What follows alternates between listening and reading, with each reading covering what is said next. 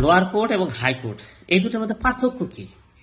Lower court মানে হচ্ছে নিম্ন আদালত এবং হাইকোর্ট মানে হচ্ছে উচ্চ আদালত।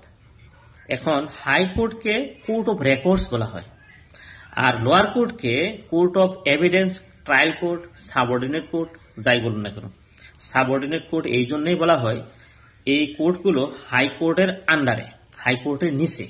ট্রায়াল কোর্টে সাক্ষীর জবানবন্দি এবং স্টেটমেন্টগুলো রেকর্ড করে ম্যাজিস্ট্রেটে একটি মামলার রায় দেয়, আর সেই রায়ের উপরে বেশ করে একটি পার্টি বা একটি পক্ষ, যে পক্ষ ক্ষুব্ধ হয়েছে বা এগ্রিপ্ট হয়েছে, সেই এগ্রিপ্ট পার্টি সুপ্রিয়র কোর্টে, এটা হাইকোর্টে হতে পারে, এপিল ফাইল করতে পারে, সেটা পুনর্বিবেচনা বা সেই রায়কে উল্টানোর জন্য, অল্টার করার জন্য। এবং হাইকোর্ট হচ্ছে কোর্ট অফ রেকর্ডস। এই রেকর্ডগুলো বা ডকুমেন্টসগুলো যেগুলো আপনি সাবমিট করেছেন হাইকোর্টে, সেই হাইকোর্টে ডকুমেন্টস বা রেকর্ডসগুলো চালাজারা করে তারপরে সেই মামলাটার, সেই কেসটা রায় দিবে।